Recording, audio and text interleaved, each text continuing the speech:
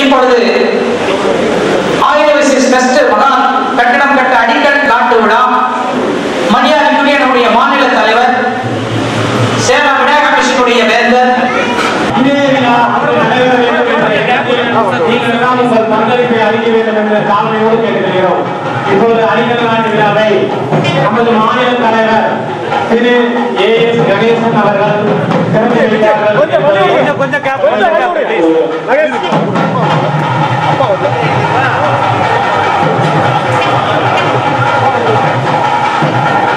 வழி விடுங்க. ஓரமா வந்துருங்க.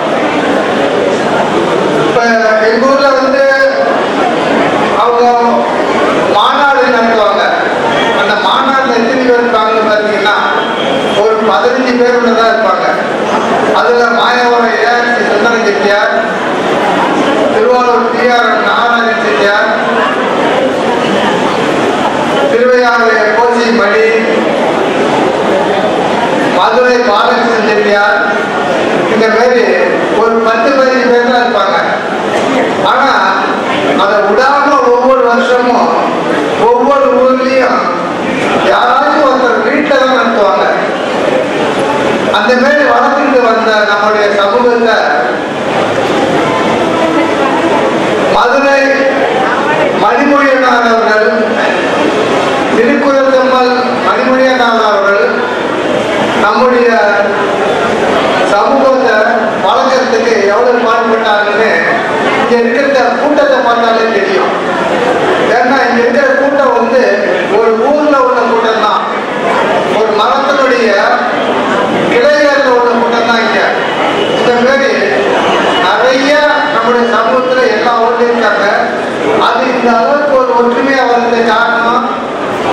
நம்முடைய மணிமொழியினார் அவர்கள் அவர்களை பின்பற்றி கோவை பொள்ளாச்சி இளைஞர் சங்கங்கள் இப்ப முயற்சி எடுத்து ஒரு கட்டடத்தை உருவாக்குறதுக்காக தயார் பண்ணிட்டு இருக்காங்க.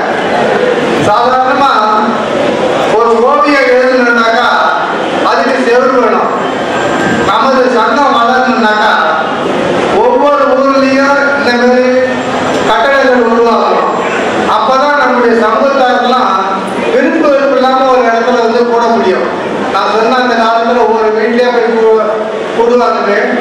அது ஒருத்தருக்கு மனஸ்தாபம் தான் போக முடியாது. ஆனா இந்த மாதிரி பொது இடம் ஆயிடுச்சுன்னாக்கா யாருக்கும் விருப்பு வெறுக்க வராது. யார் வேணாலும் எப்போ வேணாலும் போகலாம். அப்ப நம்ம சமூகம் வளர்றதுக்கு நல்ல ஒரு வாய்ப்பாக அமைந்திருக்கிறது. இந்த ஒரு சூழ்நிலையில எனக்கு சீர்காழி கோவிந்தராஜன் அவார்டு கொடுத்ததுல நான் மகிழ்ச்சி அடைகிறேன். இந்த பொள்ளாச்சிங்கிறது எனக்கு புரிதல்ல. இந்த ஊர்ல முத்துசாமி செட்டியார்னு ஜெனரல் மார்க்கெட் ஷாப் நடத்திட்டு இருந்தாங்க. அவங்க பேரை சொன்னாலே எங்க கேட்டாலும் இந்த ஊர்ல எங்க இருக்காங்கன்னு சொல்லுவாங்க. அவருடைய மகனா ஜெயக்குமார் போன்றவர்கள்லாம் கூட இப்ப இந்த ஊர்ல தான் இருக்காங்க. ஆகையினால இந்த கட்டணம் உருவாவதுக்கு என்னுடைய சிறு தொகையான ஒரு 25,000 ரூபாயை இந்த கட்டணத்துக்காக இந்த வாய்ப்பளித்தமைக்கு நன்றி கூறி விடைபெறுகிறேன். வணக்கம். நன்றி ஐயா அவர்களே. உங்களுடைய நிதியுதவியை நாங்கள் பெருமையோடு எதிர்கொள்கின்றோம். மாநில துணைத் தலைவராக நீங்கள் ஆற்றிய பணி சிறப்புடைத்து அடுத்து எங்களுடைய தொழில் அதிபரும் மரியாதைக்குரிய வெள்ளகோயில் கணபதி செட்டியார் ஆவியினுடைய நிறுவனரும் டிஆர்ஜி குணசேகரன் செட்டியார் அவர்களை பேசுவதற்கான அன்போடு அளிக்கின்றோம்.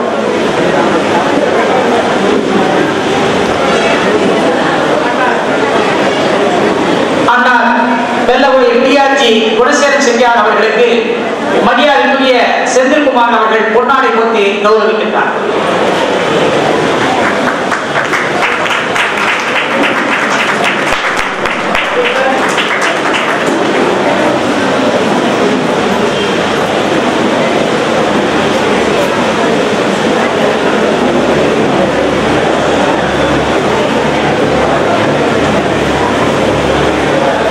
அனைவருக்கும் வணக்கம்.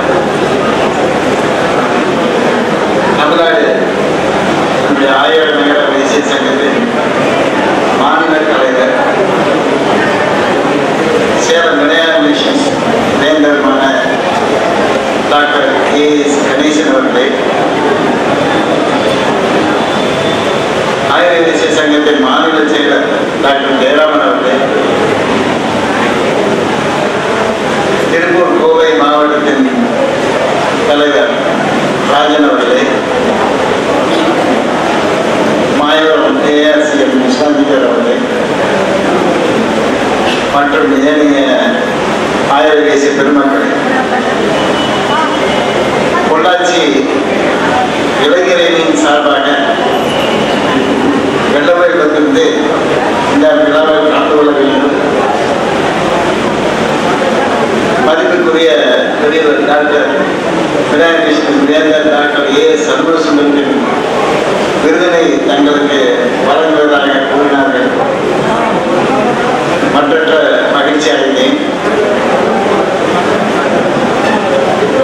இந்த கூட்டமானது பொதுவாக நிதி வசூல் செய்ய வேண்டும், ஒரு ஆயிரம் நகர வைசியர் அமைப்பினை பொள்ளாச்சியில் ஏற்படுத்த வேண்டும் என்ற ஒரு முக்கிய குறிக்கோளோடு இந்த விழா அமைக்கப்பட்டுள்ளது. பொள்ளாச்சி என்பது ஒரு பெரிய ஊர். 450 குடும்பங்கள் இருப்பதாக சொன்னார்கள். அவர்கள் பொள்ளாச்சியில் நெய்யை வைத்துக் கொண்டு ஏன் நெல்லைக்காக அடைய வேண்டும்? பொள்ளாச்சியிலே பெரிய நபர் உதயகிருஷ்ணா நெய் இருக்கார்.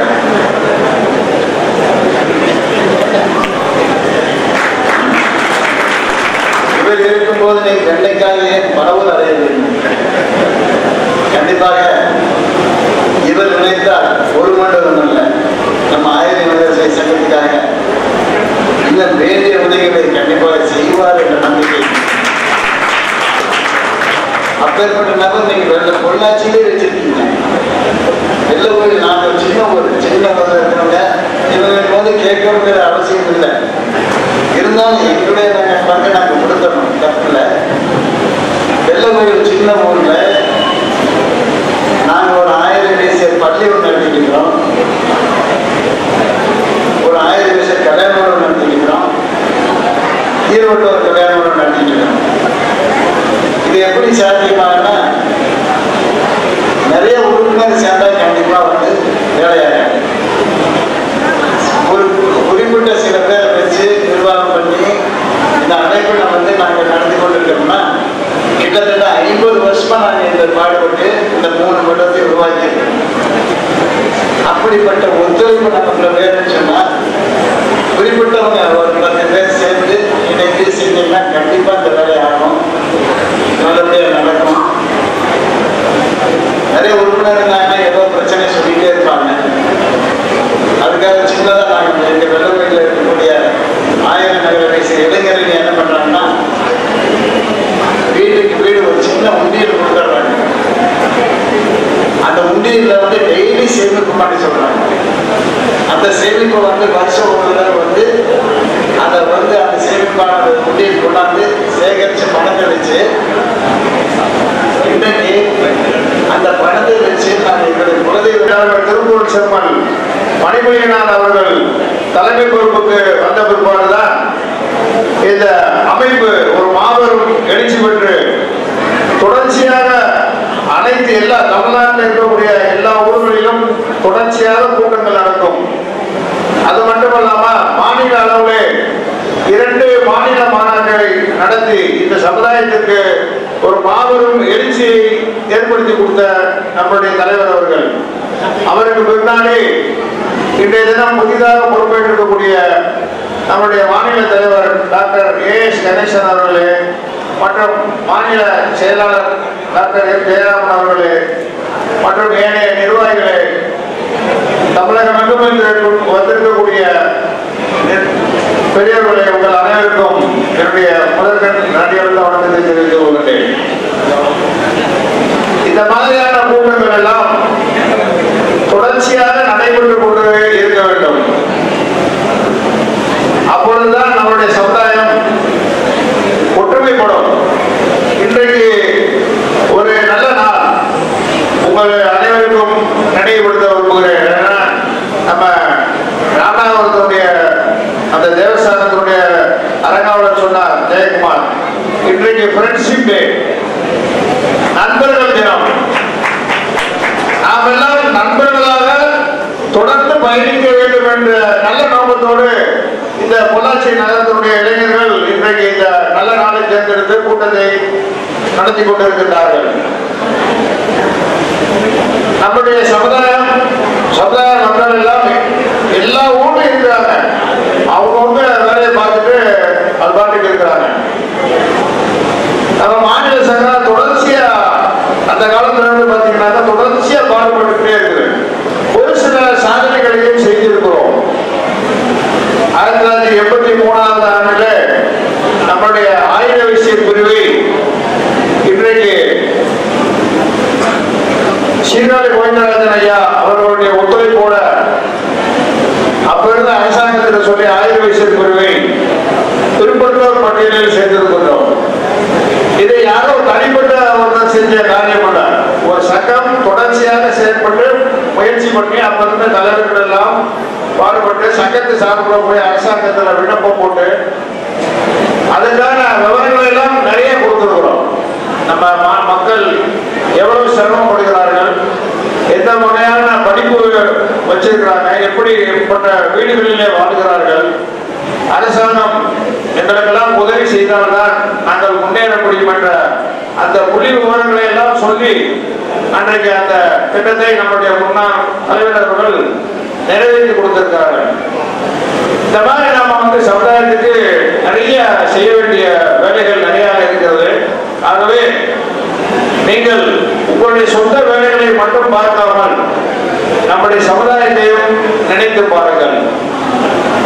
மாற்று சமுதாயத்தை சேர்ந்தவர்கள் எல்லாம் எப்படி ஒரு உற்சாகத்தோடு வேலை பார்க்கிறார்கள், எப்படி ஓடியாடி வேலை பார்க்கிறார்கள், எப்படி பொது நிகழ்ச்சிகளை செய்கிறார்கள், எப்படி அரசாங்கத்தினுடைய பதவிகளுக்கு செல்கிறார்கள், அரசு பதவிகளுக்கு செல்கிறார்கள், அதன் மூலியமாக சமுதாய மக்களுக்கு எவ்வளவு நன்மைகள் செய்கிறார்கள் என்பதையெல்லாம் நீங்கள் உங்கள் அனைவருக்கும் தெரியும். அதை பற்றியும் நீங்கள் பேசுகிறீர்கள். ஆனால் நாம் ஏன் அதே மாதிரி ஆகக்கூடாது என்று கொஞ்சம் நினைத்து பாருங்கள். அதற்கு உங்களுடைய ஒத்துழைப்பு கண்டிப்பாக தேவை. எப்ப கூட்டம் நடந்தாலும் கொஞ்சம் தயவு செய்து வாங்க. ஏன்னா பெரும்பாலும் நம்மளுடைய கூட்டங்கள் எல்லாம் பார்த்தீங்கன்னா ஞாயிற்றுக்கிழமை தான் வைக்கிறோம். எல்லாருக்கும் சௌகரியமான நேரத்தில் தான் வைக்கிறோம். பல்வேறு வேலைகளில் இருந்தாலும் நம்முடைய சமுதாயத்தை நினைத்து பாருங்கள். நமக்கு பின்னாடி வரக்கூடிய சந்ததிகளை நினைத்து பாருங்கள். நாம் ஒரு ஆலமரம் விதையை ஊண்டி விட்டு சென்றால் பின்னாடி ஆலமரமா வளரும். அப்படிதான் அந்த ஆலமரத்துல நம்ம மக்கள் எல்லாம் போய் இழைப்பாரி நல்லா சௌகரியமா இருக்க முடியும். வடக்குடி சமூக கட்சித்தார்கள் பாராட்டுகளை தெரிந்து கொள்கிறேன். முதலில் நாம் ஆயுதத்திலாக பிறந்ததற்கே பெருமை கொள்ள வேண்டும். ஏதோ பெருமைக்காக சொல்ல வேண்டும். நீங்க சிவங்கோயிலுக்கெல்லாம் போயிருக்கீங்க. 63 நாள் மக்கள் நம்ம அம்மா காலைக்காலம் மட்டும்தான் மற்றவர்கள் இருப்பாங்க. அப்பவே நம்முடைய பெருமை அது தெரியும். அது மட்டும் இல்ல, ஆதியும் அந்தமில்லாத சிவன் மலை நம்முடைய சிவன் என்று சொல்றார்கள். காரைக்கிழமை கைலாசத்துக்கு வரையில அது யார் வர்றாங்கன்னு சொல்லி பார்வதி பார்வதி தெரியாதா தெரிஞ்சுதான் கேட்டு சிவபெருமான் சொல்றாரு, என் தாய் வருகிறார். அந்த பெருமை 1000 பெண்மணிக்கு. அதனால நாம் பெருமை கொள்ள வேண்டும், சமூக பணியில் ஈடுபட வேண்டும். மாற்று சமூகம் யாருக்கும் நம்ம தகுந்த வேண்டும். மிக ஒற்றுமையாக பெற்று நம்ம சமூகத்தை மிகப்பெரிய சமூகத்தை கேட்டுக்கொண்டு வாய்ப்பு நன்றி விளைவிக்கிறேன். நன்றி, வணக்கம். அடுத்தபடியாக திரு கார்த்திக் மணிமொழியினர் அவர்களை சிறிய உரை 2 நிமிடம் அவருக்கு பொன்னாடை அணிவிக்க திரு ராஜ்மோகன் டாக்டர் அவர்களை அழைக்கின்றோம். வணக்கம். மாநில தலைவர் திரு டாக்டர் A.S. கணேசன் அவர்கள் மற்றும் இடையில் அமர்ந்திருக்கும் பெரியவர்கள், ஆயிர வைஷ்யர் குடும்பம், இங்கே உட்கார்ந்து எல்லாருமே ஆயிர வைஷ்யர் குடும்பம்.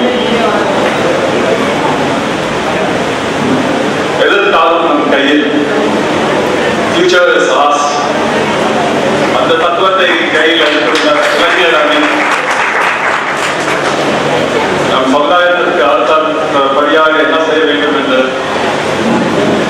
ஒவ்வொரு சிறப்பாக முதல் இந்த மண்டபத்தை கட்டதுக்கு கையில் எடுத்திருக்கிறாங்க. இதற்கு எங்களோட பாராட்டுகள். உங்க கேட்டபடி எல்லாருமே சிறு சிறு துளி பெருவெல்லம், அதுபோல எல்லாருமே அவங்களுக்கு கை கொடுத்து உதவி செஞ்சு இந்த ப்ராஜெக்டை பெரும் சக்சஸ் பண்ண வேண்டும் என்று கேட்டுக்கொள்கிறேன். மதுரையில் என் தந்தையின் விருப்பப்படி அங்கேயும் ஒரு மண்டபம் கட்டி முடித்து விட்டார். எங்கள் சொந்த செலவில் முடிச்சாச்சு. விரைவில் அந்த மண்டபமும் ஆயிர வயசுக்கு ஒப்படைக்கப்படும்.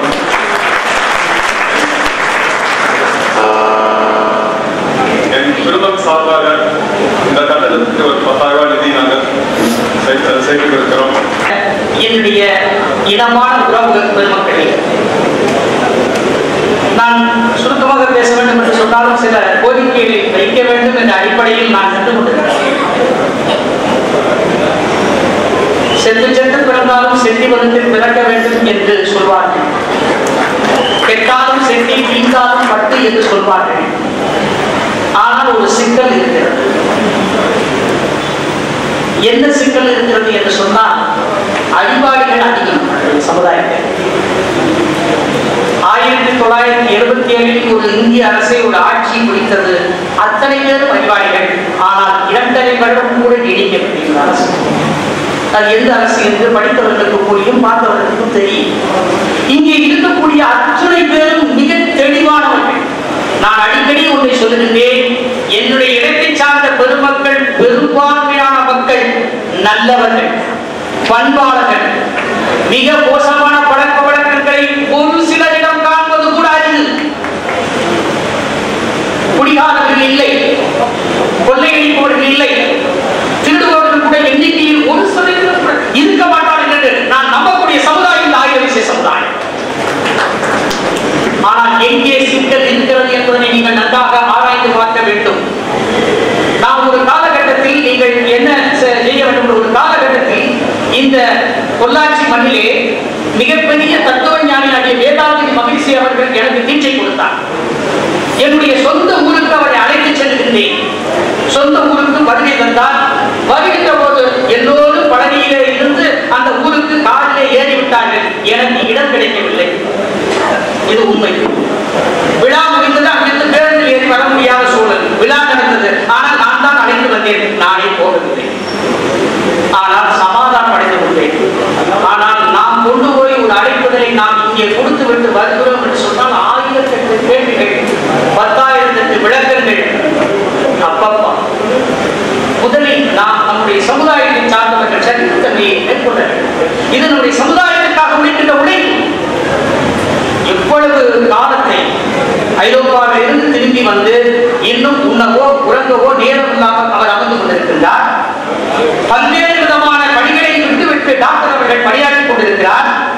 நினைத்து பார்க்க வேண்டும் சமுதாய மக்கள்.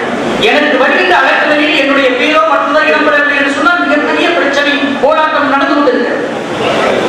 இதையெல்லாம் விட்டுக் கொடுத்து நாம் என்ன செய்ய வேண்டும் என்று சொன்னால் இந்த சமுதாயத்திற்காக உழைக்க வேண்டும். நன்றாக நினைவுபடுத்திக் கொள்ளுங்கள். இந்த சமூகத்திலிருந்து நான் கேட்கிறேன், ஒரு பெரிய மனிதர் கல்வி நிறுவனத்தை நடத்தி இருக்கிறார். எத்தனை கல்வி நிறுவனம்?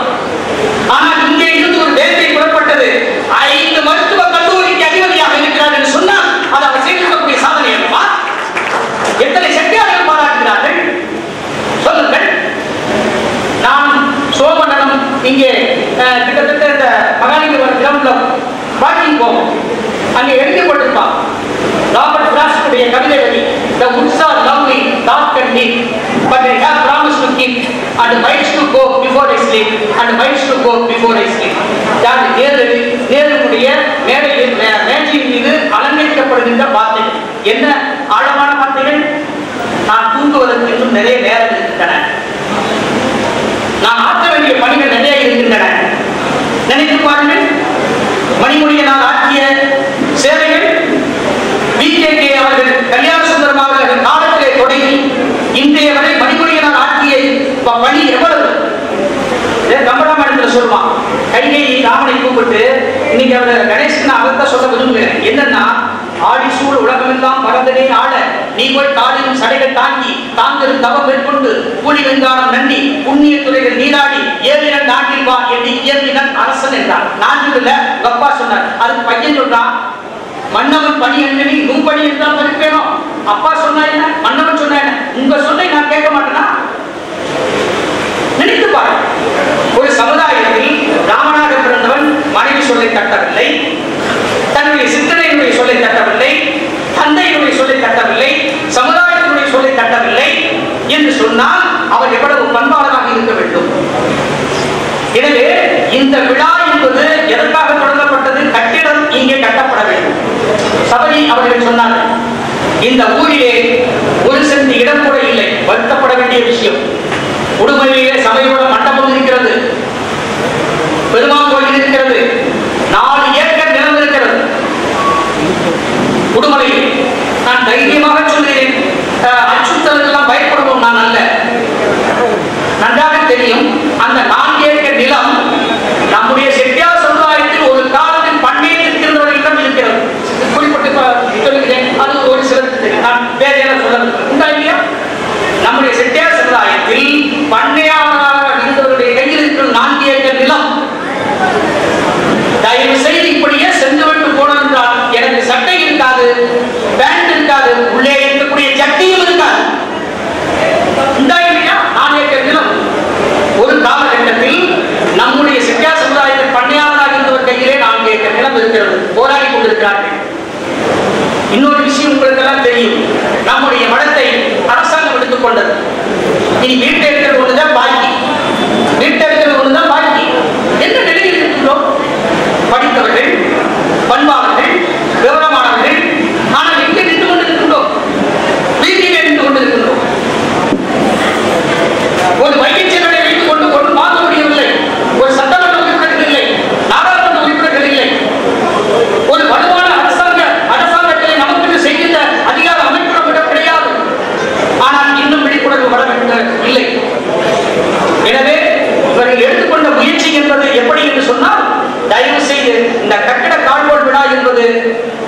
சிறப்பான விழா.